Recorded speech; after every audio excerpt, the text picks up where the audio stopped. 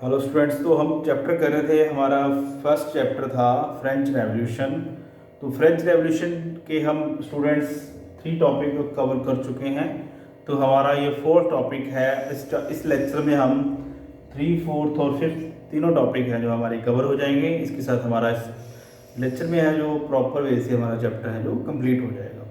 तो student start करते हैं टॉपिक 4th। टॉपिक 4th हमारा है डिड वुमेन हैव रेवोल्यूशन। ठीक है, ये लास्ट टॉपिक में हमने डिस्कस किया था स्टूडेंट्स, जिसमें हमने डिस्कस किया था कि कैसे फ्रांस है जो रिपब्लिक स्टेट बना था, और रिपब्लिक स्टेट बनने के बाद कौन कौन सी प्रॉब्लम को फेस करनी पड़ी, जैसे कि राइन ऑफ टेरर, ठीक है जी, और डायरेक्टरी रूल्स ऑफ फ्रांस। इसके बारे में हम डिस्कस किया।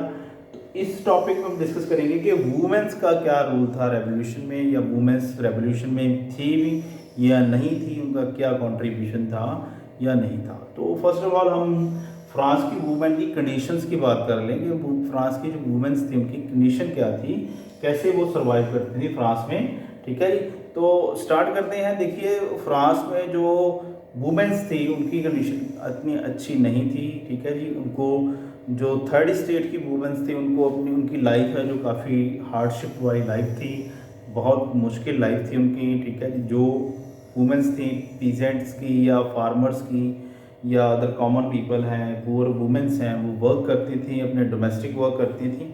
ठीक है, जिसमें वो क्लीनिंग, वॉशिंग, ठीक है जी, लॉन्ड्री वर्क है, जो स्टीम मेकर है जी, सेल करना, फ्रूट बास्केट है जो में डाल के उसको सेल करना, ऐसे वर्क हैं जो वुमेन वहाँ की करती थी। ठीक है जी, उसके बाद जो वुमेन्स हैं वो काफ़ी ज़्यादा डिसअपॉइंटेड थी जब कॉन्स्टिट्यूशन बना था 1791 का, नेशनल असेंबली गवर्नमेंट बनी थी। तो उसमें जो वुमेन्स थी उनको कैटेगराइज किया हुआ था पैसिव सिटीजन्स में। तो उनमें है जो काफ़ी ज़्यादा डिसअपॉइंटमेंट थी इसको लेके कि जो कॉन्स्टिट्यूशन है उसमें उनके लिए कुछ भी नहीं था। ठीक है जी, तो मोस्टली डोमेस्टिक वर्क करती थी जो थर्ड स्टेट की वुमेन्स थी, उनको कोई टाइम नहीं होता था अपनी लाइफ की, अपनी फैमिली मेम्बर की केयर करना, ठीक है, घर का काम करना, खेतों में काम करना या मार्केट में जाके काम करना, सेल करना, फ्रूट्स को सेल करना, वॉशिंग करना, क्लीनिंग करना, ये सारे जो वर्क हैं वुमेन करती थी। तो इट मीन्स के वुमेन्स की लाइफ काफ़ी ज़्यादा डिफ़िकल्ट थी, जो थर्ड स्टेट की वुमेन्स थी। तो इस वजह से उनको काफ़ी ज़्यादा प्रॉब्लम है जो फेस करनी पड़ती है। ठीक है, जो राइट्स मिले हुए थे वुमेन्स को, वो सिर्फ उन वुमेन्स को राइट थे जो नोबल फर्स्ट और सेकंड स्टेट की। फर्स्ट स्टेट तो चर्च पीपल थे, उनमें तो इतनी ज़्यादा वो प्रिस्ट पीपल थे, उसमें तो कोई बात है नहीं थी इतनी ज़्यादा डिस्कस करने के लिए। जो सेकंड स्टेट की वुमेन्स थी यानी कि नोबल पीपल की वुमेन्स, उनको राइट थे एजुकेशन के। ठीक है, ये पढ़ने का राइट था, अपनी मर्ज़ी से कपड़े पहनने का, अपनी मर्ज़ी से फ्रीडम है जो उनको थी, कुछ फ्रीडम, वो अपने वर्क हैं जो प्रॉपर वे से कर सकती थी, आज़ादी वाली लाइफ थी उनकी। ठीक है, एजुकेशन का राइट था, अपनी मर्ज़ी से शादी करने का भी राइट था उनको। तो काफ़ी ज़्यादा राइट्स तो वेल्थी क्लास की वुमेन्स थी उनको मिले हुए थे। बट जो वुमेन थर्ड स्टेट की थी उनको कोई भी राइट नहीं था। तो वुमेन्स ने कलेक्ट हुई, वुमेन्स इकट्ठी हुई, उन्होंने राइट्स की डिमांड की। ठीक है जी, जिसकी वजह से जैकोबिन क्लब में भी वुमेन्स हैं जो उनके मेंबर बनी। ठीक है जी, पॉलिटिकल क्लब्स की मेंबर बनी वुमेन्स, जिनमें उन्होंने पार्टिसिपेट किया, आवाज़ उठाई, अपने राइट्स के लिए लड़ी वो। ठीक है, तो काफ़ी ज़्यादा उन्होंने स्ट्रगल किया अपनी पोजीशन को हासिल करने के लिए वुमेन्स ने, जो फ्रांस की वुमेन्स थी। तो मोस्टली आप देखिए ऑल ओवर फ्रांस में है जो 18th सेंचुरी के में जो 60 वुमेन क्लब्स हैं जो बने हुए थे, डिफरेंट 60 वुमेन क्लब बने हुए थे, जिसमें वुमेन्स हैं जो वो अपनी बात कर रही थी, अपनी राइट्स की डिमांड कर रही थी। ठीक है, बट जब जैकोबिन क्लब की गवर्नमेंट आई तो उन्होंने जो वुमेन्स की एक्टिविटीज़ थी उनको बैन कर दिया। वुमेन जो उनके अगेंस्ट बोलती थी उनको अरेस्ट भी कर लिया जाता था। ठीक है, तो वहाँ पे वुमेन्स की एक्टिविटी को जैकोबिन क्लब की गवर्नमेंट में जो वो परमिशन नहीं थी कोई भी एक्टिविटी करने की, अपनी आवाज़ उठाने की, राइट्स की डिमांड करने की। तो ऐसे वुमेन्स हैं जो वर्क कर रही थी। तो ऑल ओवर फ्रांस की क्रांति की बात करें तो फ्रेंच रेवोल्यूशन की बात की तो वुमेन्स ने भी पार्टिसिपेट किया आगे बढ़ के, बट वुमेन्स के राइट्स को है जो अनदेखा किया गया नेशनल असेंबली की गवर्नमेंट के द्वारा भी और जैकोबिन क्लब की गवर्नमेंट के द्वारा भी। इन बिटवीन जो अर्ली रेवोल्यूशनरी गवर्नमेंट थी उन्होंने काफ़ी ज़्यादा रिफॉर्म्स किए थे वुमेन्स की पोजीशन के लिए, वुमेन की पोजीशन को सुधारने के लिए उन्होंने काफ़ी ज़्यादा जो एफर्ट किए, उसमें क्या था, उन्होंने वुमेंस के लिए, गर्ल्स के लिए स्कूल्स ओपन कर दिए, उनको एजुकेशन का राइट दिया। ठीक है जी, वुमेंस के लिए जो एजुकेशन है वो कंपलसरी हो गई थी। उसके बाद वुमेंस हैं जो अब जॉब्स के लिए उनको ट्रेनिंग मिलनी शुरू हो गई थी, स्किल मिलनी शुरू हो गई थी, जिससे भी वो अपना खुद का जो है वर्क है जो कर सकती हैं, अपनी मर्ज़ी से जो प्रोफेशन है वो अडॉप्ट कर सकती हैं। इट मीन्स कि उनको स्किल ट्रेनिंग मिलनी भी शुरू हो चुकी थी, एजुकेशन के साथ साथ स्किल ट्रेनिंग भी उनको मिलनी शुरू हो गई थी जॉब्स के लिए। ठीक है जी, उसके बाद वुमेंस को जो है अपनी मर्ज़ी से शादी मैरिज करने की भी परमिशन है जो उन्होंने दे दी थी, कि अपनी मर्ज़ी से वुमेन है जो वो मैरिज कर सकती है। और मैरिज के बाद भी उनको जो डाइवोर्स का राइट था वो भी लीगल कर दिया गया, मैन और वुमेन बोथ के लिए, कि वो अगर मैन चाहता है तो वो भी डाइवोर्स ले सकता है, अगर वुमेन चाहती है तो वो भी डाइवोर्स ले सकती है, लीगल कर दिया गया। तो रेवोल्यूशनरी गवर्नमेंट के द्वारा काफ़ी ज़्यादा सुधार किया गया वुमेंस के लिए, वुमेंस की पोजीशन को सुधारने के लिए, वुमेन की कंडीशन को सुधारने के लिए उन्हें काफ़ी ज़्यादा रिफॉर्म किए, जिसकी वजह से उनकी जो स्थिति है, उनकी जो पोजीशन है काफ़ी ज़्यादा स्ट्रांग हो चुकी थी। बट ऐसे वुमेंस का जो राइट टू वोट का स्ट्रगल है वो कंटिन्यूसली चलता रहा। ठीक है जी, फ्रेंच रेवोल्यूशन के टाइम भी उन्होंने राइट टू वुमेन किया, और 100 ईयर्स तक वुमेंस हैं जो ऑल ओवर वर्ल्ड की वुमेंस हैं वो राइटिंग वोट के राइट के लिए है जो स्ट्रगल करती रही। ठीक है जी, राइट टू वोट के लिए वो स्ट्रगल करती, राइट टू सफ्रेज के लिए वो स्ट्रगल करती रही। तो फ्रांस में भी ये स्ट्रगल है जो चलता रहा। बट फ्रांस में सबसे बाद में, काफ़ी बाद में जाके जो राइट टू वोट है वुमेन को मिला, वो कब मिला, 1946 में। 1946 में है जो वुमेन्स को राइट मिला वोट का, जिसमें उनको लीगल कर दिया गया कि हम आपको राइट देते हैं वोट का। ठीक है जी, तो इससे हमें ये पता चलता है कि कितना लॉन्ग स्ट्रगल किया वुमेन ने राइट वोट के राइट के लिए, अपने राइट्स की लड़ाई उन्होंने काफ़ी लंबे टाइम तक है जो वो लड़ी। ठीक है जी, तो ये यहाँ से हमें पता चलता है कि वुमेन्स की जो स्ट्रगल है वो काफ़ी ज़्यादा स्ट्रॉन्ग है, फ्रेंच रेवोल्यूशन में भी और फ्रेंच रेवोल्यूशन के बाद भी है जो उनका स्ट्रगल है कंटिन्यूसली ऐसे चलता रहा। ठीक है जी, समझ में आएगा स्टूडेंट्स। तो ये था वुमेन वाला topic, did have women in revolution, कि वुमेन्स का क्या रोल था रेवोल्यूशन में। ठीक है जी, तो आपको क्लियर हो गया होगा। तो उसके बाद हमारा टॉपिक 5th आ जाता है, द एबोलिशन ऑफ स्लेवरी, कि स्लेवरी कैसे खत्म की गई फ्रांस में। ठीक है जी, तो जैकोबिन क्लब का एक बहुत इंपॉर्टेंट वर्क था, बहुत एक उन्होंने रेवोल्यूशनरी वर्क है जो रिफॉर्म किया था फ्रांस में, कि उन्होंने स्लेवरी को बैन कर दिया था 1794 में। जो स्लेवरी है फ्रांस में से है जो बैन कर दी गई। अब देखिए उस टाइम पे क्या चलता था, डिफरेंट कम्युनिटीज़ थी।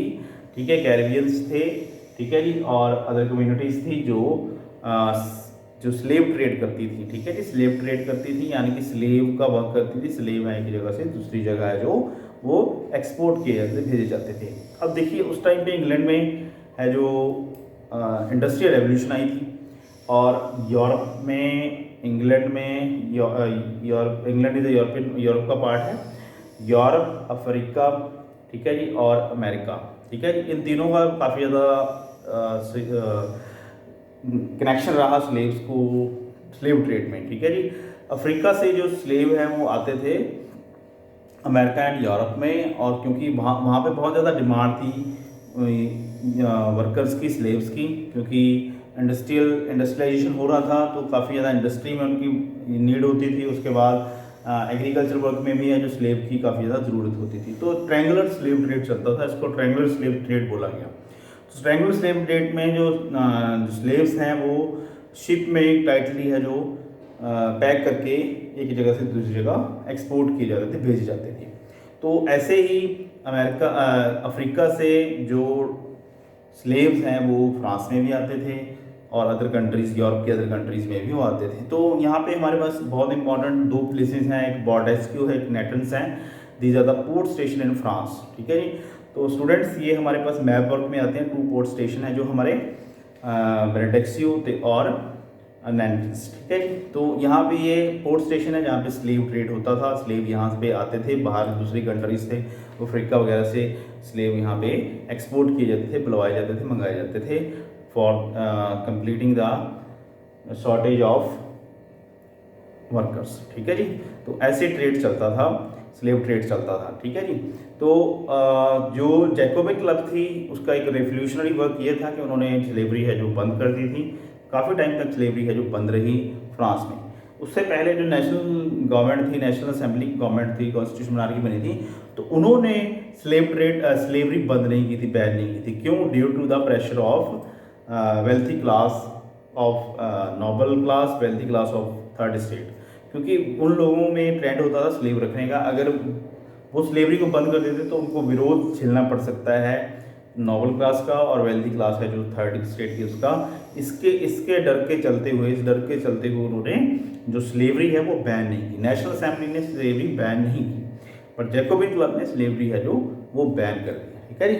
और स्लेव के लिए एक वर्ड यूज़ किया जाता था, प्रॉपर वर्ड था एक इसका, जिसमें हम बोल सकते हैं कि अफ्रीका से जो भी वर्कर आते थे उनको नीग्रो बोला जाता था, ठीक है जी।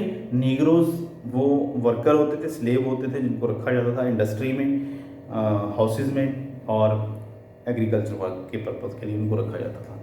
तो फाइनली हम ये बोल सकते हैं कि जो स्लेवरी प्रॉपर वे से बैन हुई।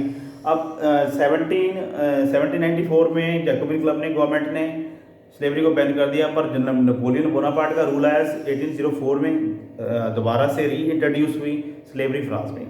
तो ऐसे स्ट्रगल चलता रहा, स्लेवरी को बैन करने का भी स्ट्रगल चलता रहा फ्रांस में। काफ़ी लॉन्ग टाइम तक ये है जो स्ट्रगल है जो चला, और ये स्ट्रगल है जो वो कंप्लीट कब हुआ, ख़त्म कब हुआ? 1848 में स्लेवरी टोटली बैन हो गई फ्रांस में से, ठीक है जी। 1848 में स्लेवरी टोटली है जो बैन कर दी गई फ्रांस में, ठीक है जी। तो ये था हमारा टॉपिक फिफ्थ, जिसमें हमने डिस्कस किया स्लेवरी के बारे में कि स्लेवरी कैसे चलती थी, स्लेवरी क्या कौन कौन सी गवर्नमेंट ने बैन किया, और लास्टली कैसे स्लेवरी 1848 में कम्प्लीटली है जो बैन हो गई, ख़त्म हो गई फ्रांस में से, ठीक है जी। अब उसके बाद हमारा टॉपिक आ जाता है, सिक्स टॉपिक आ जाता है, ठीक है जी। सिक्स टॉपिक हमारा क्या है? रेवोल्यूशन एंड एवरीडे लाइफ, ठीक है। अब स्टूडेंट्स, जो रेवोल्यूशन है जो स्टार्ट हुई थी वो कब हुई थी? 14 जुलाई 1798 को, ठीक है। उसके बाद चलते चलते जब तक रेवोल्यूशन चली तो उस टाइम पे लोगों की लाइफ क्या थी? एवरीडे लाइफ क्या थी लोगों की, ठीक है। अब जब 14 जुलाई 1789 को लोगों ने बैस्ले को जला दिया, स्टॉर्म कर दिया, स्टॉर्मिंग ऑफ पैलेस ऑफ बैस्ले को स्टॉर्म कर दिया, यानी ख़त्म कर दिया गया। उसके बाद क्या हुआ? जो मीडिया था उसमें से सेंसरशिप को हटा दिया गया, ठीक है। अब क्या हुआ? जो मीडिया था उनको फ्रीडम मिल गई, वो अपनी मर्जी से जितने मर्जी आर्टिकल हैं जो लिख सकते हैं, ठीक है जी। पोएम लिख सकते हैं, प्ले लिख सकते हैं, बुक्स लिख सकते हैं, और ऐसी बुक्स लिखी गई जिसमें रेवोल्यूशन का जो है डिस्कस किया जाता था। रेवोल्यूशन की मेन उसका सब्जेक्ट मैटर होता था, राइट्स मेन सब्जेक्ट मैटर होता था। लोग हैं उसको डेली रूटीन में उन्होंने पढ़ना शुरू कर दिया, रीड करना स्टार्ट कर दिया, जिससे उनकी लाइफ है जो काफ़ी ज़्यादा चेंज हुई और उन्होंने रेवोल्यूशन में हिस्सा लिया। तो ऐसे हम ये बोल सकते हैं कि रेवोल्यूशन के टाइम है जो डेली लाइफ है काफ़ी ज़्यादा चेंज हो गई।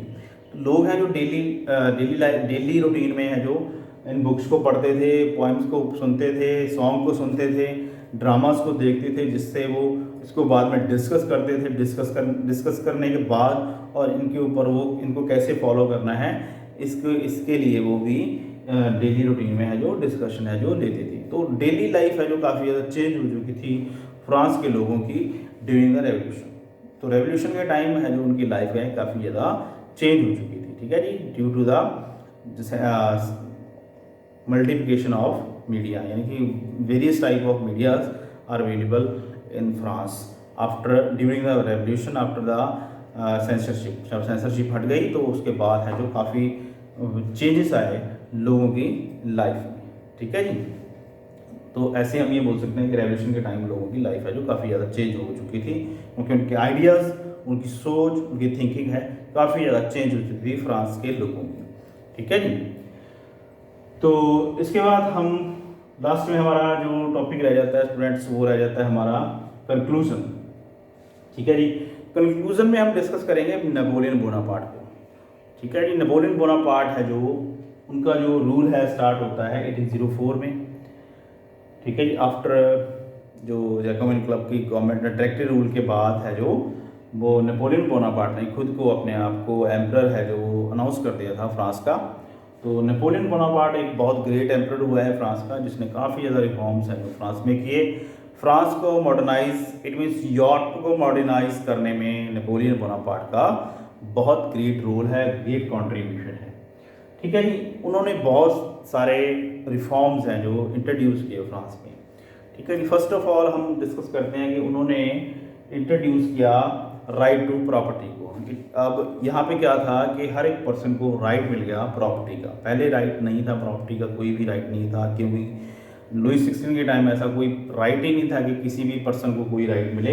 बट नेपोलियन बोनापार्ट ने लोगों को राइट टू प्रॉपर्टी दे दिया कि आप खुद अपनी डेवलपमेंट करके कर सकते हो, और जितनी भी आप प्रॉपर्टी बना सकते हो, तो आप में कैपेबिलिटी है तो अपनी ज़्यादा से ज़्यादा प्रॉपर्टी आप गेन कर सकते हो, बना सकते हो। ठीक है जी। उसके बाद उन्होंने जी मेजरमेंट के जो इक्विपमेंट हैं उसमें चेंज किया, उसमें न्यू जो वेट सिस्टम है उसको इंट्रोड्यूस किया। ठीक है जी। उन्होंने कम्युनिकेशन सिस्टम को इम्प्रूव किया, ट्रांसपोर्ट सिस्टम को इम्प्रूव किया। काफ़ी ज़्यादा जो रिफॉर्म है जो इंट्रोड्यूस किए उन्होंने फ्रांस में। तो इस वजह से हम यूरोप के अदर कंट्रीज़ के लोग भी नेपोलियन को मॉडर्नाइजर एम्परर के रूप में देख रहे थे, और काफ़ी ज़्यादा है जो उनको रिस्पांस मिल रहा था नेपोलियन बोनापार्ट को। ठीक है जी।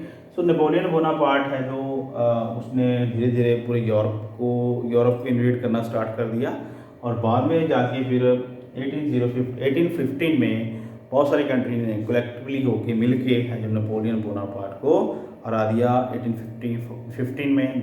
जो वॉर हुई, बैटल हुई, उसका नाम था battle of Waterloo. Battle of Waterloo में है जो नेपोलियन को हरा दिया गया, डिफीट कर दिया गया। यूरोपीय की कलेक्टिव पावर्स ने बहुत सारी कंट्री से मिलके उनको हरा दिया था। तो इसके साथ फ्रांस में जो नेपोलियन बोनापार्ट का जो रूल है 1815 में एंड हो चुका था, ख़त्म हो चुका था। ठीक है जी। तो स्टूडेंट्स, तो इसके साथ हमारा ये चैप्टर भी कंप्लीट हो जाता है, टॉपिक भी कंप्लीट हो गया, चैप्टर भी एज वेल एज चैप्टर भी कंप्लीटेड। तो इस चैप्टर में हमने 6 टॉपिक किए हैं स्टूडेंट्स, और 6 टॉपिक्स में हमने डिफरेंट पार्ट्स में डिफरेंट टॉपिक्स डिस्कस करके पूरे फ्रेंच रेवोल्यूशन को डिस्कस किया है। फर्स्ट टॉपिक था हमारा जिसमें हमने डिस्कस किया था French society late 18th century, जिसमें हमने फ्रांस की सोसाइटी के बारे में डिस्कस किया था बिफोर रेवोल्यूशन। ठीक है। और उसके बाद रेवोल्यूशन के रीज़न पढ़े हमने। फिर रेवोल्यूशन के रीज़न पढ़ने के बाद हमने आउटब्रेक हुई कैसे रेवोल्यूशन की, वो डिस्कस किया। आउटब्रेक के बाद कैसे फ्रांस में कॉन्स्टिट्यूशन मोनार्की आई, और कॉन्स्टिट्यूशन मोनार्की के बाद फ्रांस कैसे रिपब्लिक बना, उसके बारे में डिस्कस किया। और रिपब्लिक बनने के बाद हमने वुमेंस के रोल के बारे में डिस्कस किया, वुमेंस का क्या रोल था। फिर कैसे स्लेवरी है जो बैन हुई फ्रांस में स्टार्टिंग में, बाद में एंड में कब हुई, और उसके बाद रेवोल्यूशन से जो लोगों की डेली लाइफ थी उसमें क्या क्या चेंजेस आए, वो डिस्कस किया। और कंक्लूजन में हमने नेपोलियन बोनापार्ट को भी डिस्कस किया। तो ऐसे स्टूडेंट्स हमारा ये पूरा चैप्टर कंप्लीट हो गया जी। तो होप करता हूँ आपको ये चैप्टर अच्छे से समझ आ गया होगा, और इसके साथ आपने NCERT को भी रीड करना है। Thank you everyone.